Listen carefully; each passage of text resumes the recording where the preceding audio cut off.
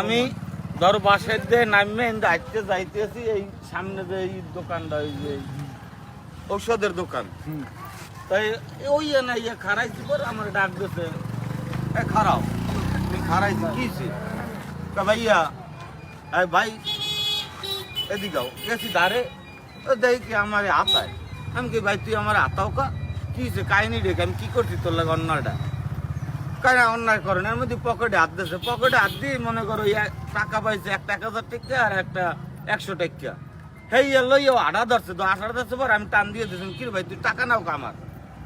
হ্যাঁ এখন এই যে আর ধরে টান দিয়ে দাঁড়ে এই ফার্মেসির লইয়ে যাও ধরছি, উঠেই আমার এক ঘুষি, এই ঘুষি দিয়েছে পরে আমি আসতে পড়ে গেছি এই ওই ফার্মেসিটা।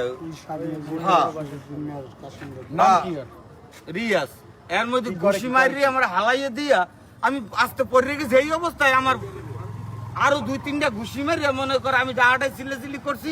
এর মধ্যে ও দৌড়িয়ে গেছি কি আমার ফোন টোন লইয়া ভিতরে গেছি গিয়া।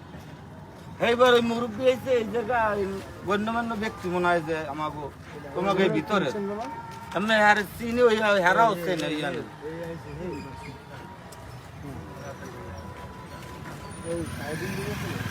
না না এ মুরব্বী সাদা পাঞ্জাবি গায়ে থানা দিয়ে পুলিশ হইতেছে, পুলিশ হইলে এই এরপর মনে করো যে ওই হে ফোন দিয়েছে পর কয় তুই কেডা রিয়াস ফোন নে কয় এই ফোন আবার আর একজনের আতায় আমার পাড়াইতেছে এই পোলাটার।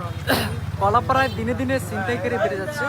আজকে একটা ব্যাপার, আমি কাছ থেকে পাশে এসেছিলাম, পাশে থেকে এরকম একটা অবস্থা যেখানে একটা মানুষকে ছিনতাই করে তার মোবাইল টাবার নিয়ে গেছে, পাশাপাশি তার মাথা যা যা আছে ফাটাই ফাটাই দিয়েছে।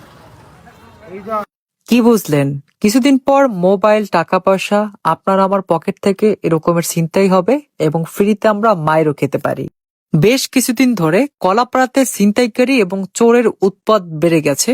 সেদিন আমার বাসার পাশ থেকে একটা বাসায় চুরি হয়েছে, আজকে আবার বাসায় ফেরার সময় দেখি এই লোকটাকে মেরে রক্তাক্ত করে তার কাছে যা ছিল মোবাইল, টাকা পয়সা সবকিছু ছিনতাই করে নিয়ে গেছে। কিছুদিন পর এরকমের হ্যারাসমেন্টের শিকার আমরাও হতে পারি। তার আগে উচিত প্রশাসনের এই দিকে নজর দেওয়া এবং কর্তৃপক্ষের উচিত কলাপাড়া শহরকে সিসি ক্যামেরার আওতায় আনা হোক। তো আপনার কি মতামত কমেন্ট বক্সে লিখে জানাবেন, আর ভিডিওটি শেয়ার করে দিবেন যেন এরকমের অপরাধ কলাপাড়াতে দ্বিতীয়বার না হয়।